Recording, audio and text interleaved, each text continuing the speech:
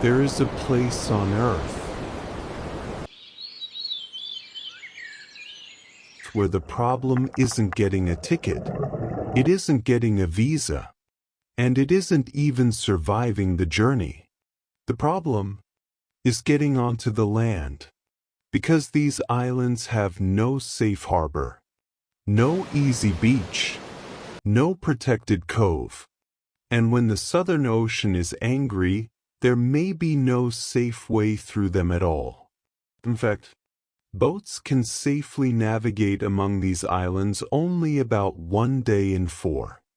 And even if you manage to arrive on that rare window of calm, you still need permission to set foot on them. Because this isn't a tourist destination. It isn't a resort. It isn't even really a place humans were meant to live. It is a collection of just 22 pieces of granite, rising out of the Southern Ocean, about 700 kilometers from mainland New Zealand. They are called the Bounty Islands, and for most people on Earth, they are almost impossible to reach. Start in New Zealand, travel south, then east, and keep going. The coastline becomes smaller, then disappears completely. Cities disappear. Roads disappear. Airports disappear. Eventually, even the idea of a nearby civilization disappears. The Bounty Islands sit roughly 700 kilometers east-southeast of New Zealand. That distance doesn't sound enormous until you look at what lies between them. Open ocean, cold water, heavy swells, fast-changing weather, and some of the most difficult sea conditions in the world. There is no airport waiting at the other end, no marina, no harbor, no comfortable dock where a boat can simply pull alongside. Instead, there are rocks, 22 of them, scattered across the ocean. The largest, Depot Island, is only around 800 meters long. At its highest point, it rises just 88 meters above the sea. The entire land area of the group is only about 135 hectares. That is smaller than many city parks. And yet, this tiny collection of rocks is home to an extraordinary concentration of life. From a distance, the Bounty Islands almost don't look real. They don't resemble the islands people imagine when they hear the word island. There are no palm trees, no beaches, no forests, no roads, no houses. Instead, the islands look like enormous pieces of dark granite, stacked on top of one another, and dropped into the middle of the ocean. The rocks are steep, wet, slippery, and constantly attacked by waves. Some rise almost vertically from the water, others form narrow ledges, and between them, the ocean surges through gaps in the rock. This is the first thing that makes the bounties so difficult. There is nowhere obvious to arrive. When a normal expedition reaches an island, the boat looks for shelter. A bay, a beach, a calm inlet, somewhere the crew can step onto solid ground. Here, there is almost none of that. The Department of Conservation describes the islands as having no safe anchorage and no landing place. And that changes everything, because reaching an island and being able to land on it are two completely different things. Imagine you've spent days traveling across the ocean. You finally reach the islands. You can see them. They're right there. But the sea is too rough. You cannot safely approach. So you wait. The next day, still too rough. You wait again. Another storm rolls through. You wait. And somewhere in that cycle, there may be a brief window, a day when conditions become manageable. The official estimate is striking. Boats can safely navigate through the islands about 1 day in 4. Not every 4 days. Not exactly every 4th day. Weather doesn't work like a timetable. It means that suitable conditions are rare and unpredictable. That distinction matters, because the Bounty Islands aren't protected by a wall. They aren't surrounded by a minefield. The barrier is much simpler. The ocean itself. And the ocean doesn't negotiate. At first glance, the Bounty Islands seem almost completely hostile to life. But beneath the surface, the story changes. The surrounding waters are extraordinarily productive. Surveys have found underwater species diversity and density comparable to areas much farther north, including regions around the Galapagos. Visibility can reach around 40 meters. Below the surface, steep rock platforms disappear into deep blue water. Sponges cling to stone. Barnacles cover exposed surfaces. Mussels pack themselves into cracks. And giant spider crabs move through the shallows. Some can have leg spans approaching a meter. It is a strange contradiction. Above the water, the islands look almost barren. Below it, they are alive. And that contrast is one of the secrets of the bounties. They are not an empty place. They are an extremely concentrated ecosystem. The rocks are covered with animals. Erect crested penguins crowd the ledges. Salvin's albatross circle overhead. Fur seals gather around the waterline. And everywhere, there is noise. Penguin calls. Birds. Waves. Seals. The islands can look almost chaotic, but there is an order to it. Every species has found a way to exploit a tiny piece of this environment. The penguins use the rocks. The albatross use the wind. The seals use the water. And together, they transform a landscape that appears almost lifeless into one of the most densely populated corners of the Southern Ocean. And remarkably, we can compare today's islands with photographs taken more than a century ago. In the late 19th century, photographers captured the same rocks, covered in the same wildlife. The technology changed. The ships changed. The people changed. But the islands remained. The name itself sounds almost too perfect. Bounty. But the islands were not named because of some treasure hidden there. They were named after a ship. In 1788, Captain William Bligh encountered the islands aboard the vessel that would soon become famous for an entirely different reason. The ship was the Bounty. Just months later, the famous mutiny would take place. But the islands had already received their name. The Bounty Islands became permanently associated with one of history's most famous ships.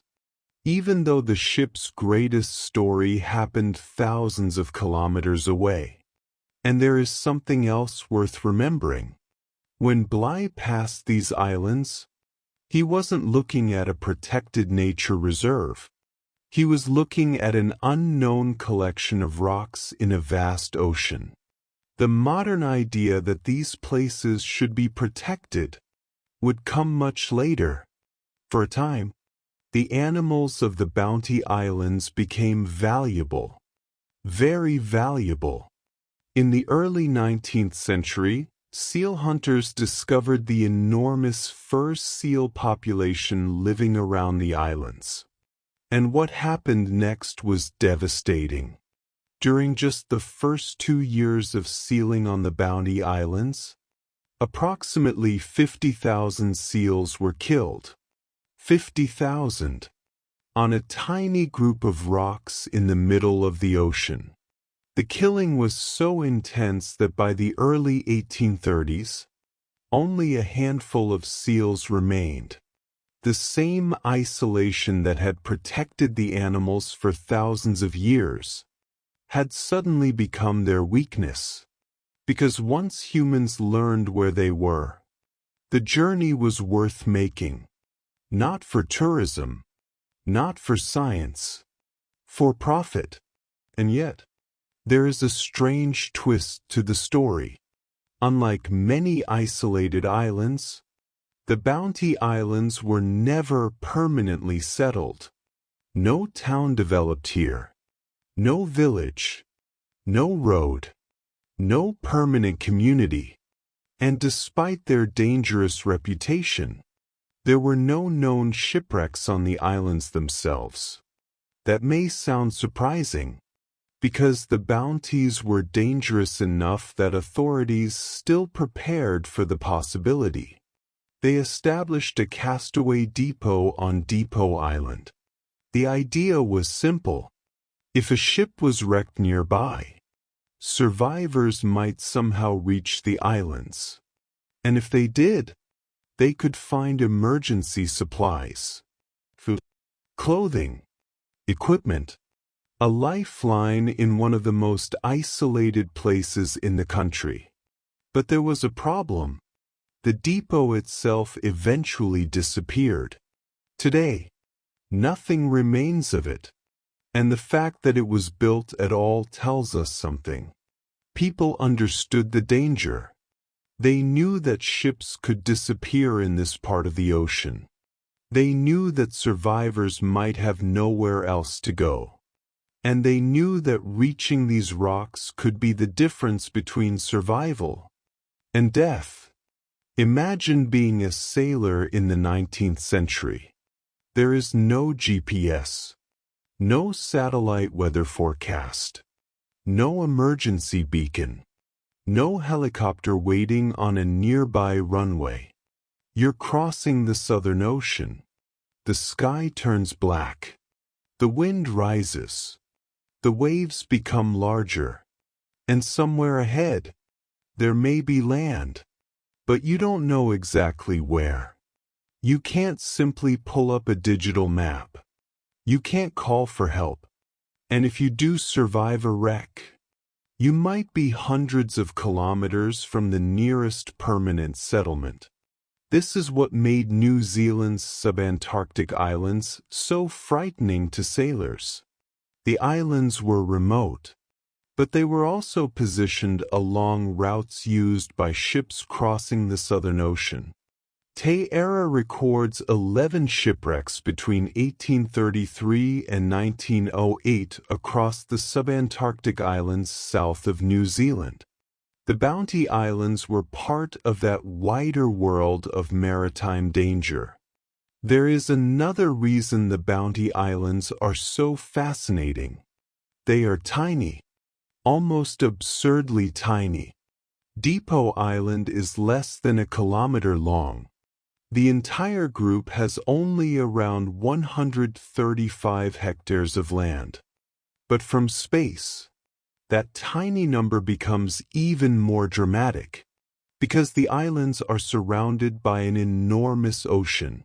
There is no gradual transition, no countryside, no outer suburbs, no fishing villages, no road leading toward them, just water.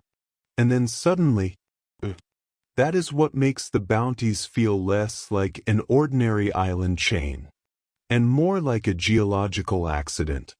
And yet life has adapted here in extraordinary ways. For decades, scientists thought terrestrial plant life on the Bounty Islands was almost completely limited to lichens. Then in November 2004, An expedition discovered something unexpected. A vascular plant, Cook's scurvy grass. It was the first vascular plant recorded on the group. That discovery is important because it reveals just how little we knew about these islands. A place that looks as though it has already been completely studied can still surprise scientists. The same is true of the animals. The islands contain species found nowhere else. There is a flightless beetle known as Bountia insularis. There is an endemic weta. There are endemic spiders. Small creatures living on a handful of rocks. Thousands of kilometers from most of the world's population. Their entire universe can fit inside a few square kilometers. Isolation creates something remarkable. It can protect life, but it can also make life fragile. On a mainland, a species may spread across hundreds of valleys. On an island, there may be nowhere else to go. And when an invasive predator arrives, the consequences can be catastrophic. That is one reason the Bounty Islands are treated so differently today. The islands have been protected. The Bounty Islands Marine Reserve was established in 2014, and strict quarantine measures are part of the reason the islands have avoided introduced predators. Think about that. The most dangerous thing you could bring to these islands might not be a weapon. It might be a rat, a mouse, a seed, an insect, something tiny, something that could arrive unnoticed and change the ecosystem forever. So what if you wanted to visit? What if you watched this documentary, looked at the islands, and decided, I want to go there? You cannot simply book a ticket. There is no normal tourist route. The Department of Conservation requires a permit to land, and permission is reserved for visits with a high justification. Then there is the practical problem. Even with permission, you still have to get there, and then you have to get onto the rocks. There is no easy landing beach waiting for you. There is no protected harbor. There is no guarantee that the weather will cooperate. You could sail for days, reach the islands, and still be unable to land. That is the difference between a place being remote and a place being genuinely inaccessible. Picture the final few hundred meters. The island is now enormous in front of you. The boat rises, then drops, rises, then drops. Every wave changes your position. There is no sandy beach to aim for. Instead, you are looking for a piece of rock where a person might survive the transfer from boat to island. The timing has to be right. The swell has to be manageable. The boat has to move into position, and the person stepping ashore has to move quickly. One mistake, and the Southern Ocean is waiting below. This is why the Bounty Islands don't need a fence. The landscape itself is the fence. Today, people still go, but they don't go casually. They go for research, for conservation, for scientific monitoring, for very specific reasons. And every expedition has to respect the same fundamental reality that confronted sailors centuries ago. The ocean decides when you arrive. The weather decides when you land. And the islands decide what you can carry with you. The goal isn't simply to reach the bounties. It is to leave them almost exactly as you found them. That is the paradox. The more difficult a place is to reach, the more valuable its isolation can become. Which raises a strange question. If we have the technology to reach almost anywhere, we can cross oceans in hours. We can photograph the planet from space. We can send robots into places humans cannot survive. We can map the ocean floor. So why leave a place like this alone? Why not build a dock? Why not create a tourist boat? Why not make the Bounty Islands another destination on a travel itinerary? Because sometimes, the most valuable thing about a place is that people haven't changed it. The Bounty Islands are not famous because they contain buried treasure.